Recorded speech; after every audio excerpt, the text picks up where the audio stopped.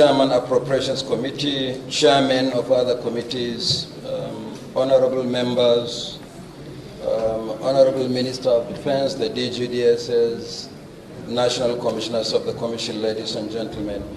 I want to start by making an important clarification that the 18 billion in the supplementary appropriation is not all for the conduct of elections. Actually, the substantial part of it is about personnel costs. You recall that in April this year, there was a 40% increase in peculiar allowance to public servants across the country. It was not provided for in our budget for 2023, which is this year, the current budget, because the budget was passed in December last year, so we couldn't have made provision. At the same time also, there was another circular from government dated February where the DTA, the duty to allowance, and other consequential allowances were increased by government. There was no provision in our statutory budget. And we have one of the largest workforces in the country, over 15,600 staff, and it's not easy to find the money to pay in the absence of supplementary appropriation. So we made a case to government, and we have been included in this supplementary appropriation. So for the component dealing with the 40% peculiar allowance, for the 16,614 staff of INEC, we will require 10.6 billion, and we have made provision for the 10.6 billion. Our annual salary is 26.5, 40% of 26.5 is 10.6. So we have made provision for that. And because of the experience we had that there was no cash backing for us to implement these provisions, we also started thinking ahead. Already there is an award by government of 35,000 naira for each public servant across the board. For the 15,614 staff of the commission, that will come to, for the 6 months that government said areas will be paid, over 3 billion. So the 3 billion plus 10.6 billion will come to 13.8 billion. We have made provision for that. And as I said, we also made provision for the duty to allowance. Now concerning electoral, actually we have two challenges. The first one is the budget for the 2023 general election was appropriated by the National Assembly in 2022. We knew that there may be no budget in 2023 to take care of other elections or electoral activities.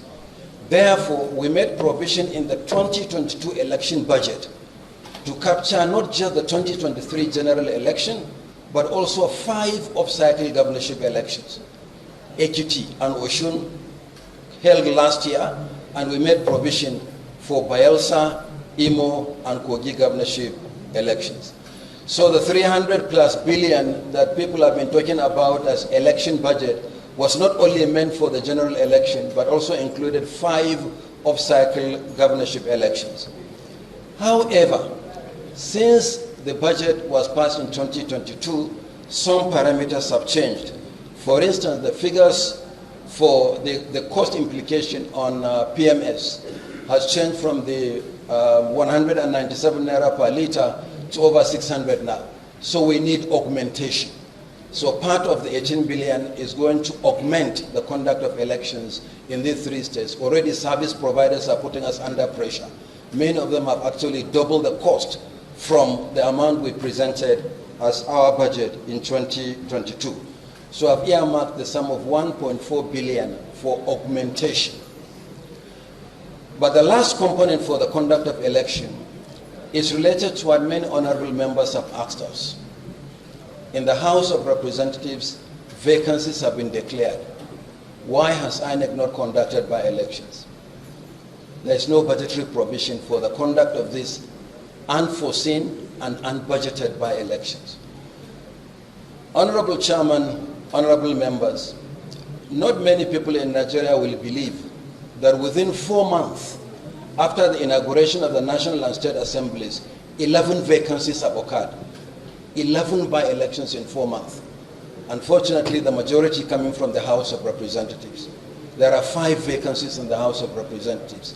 2 caused by death, and 3 caused by resignation of honorable members.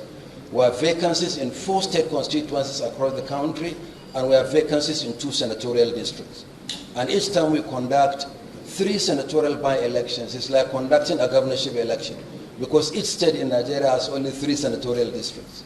So we have to make provision for the conduct of by-elections in 11 constituencies, 5 federal constituencies, 4 state constituencies, and 2 senatorial districts.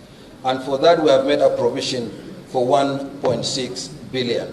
So this is, in summary, our breakdown for the 18 billion for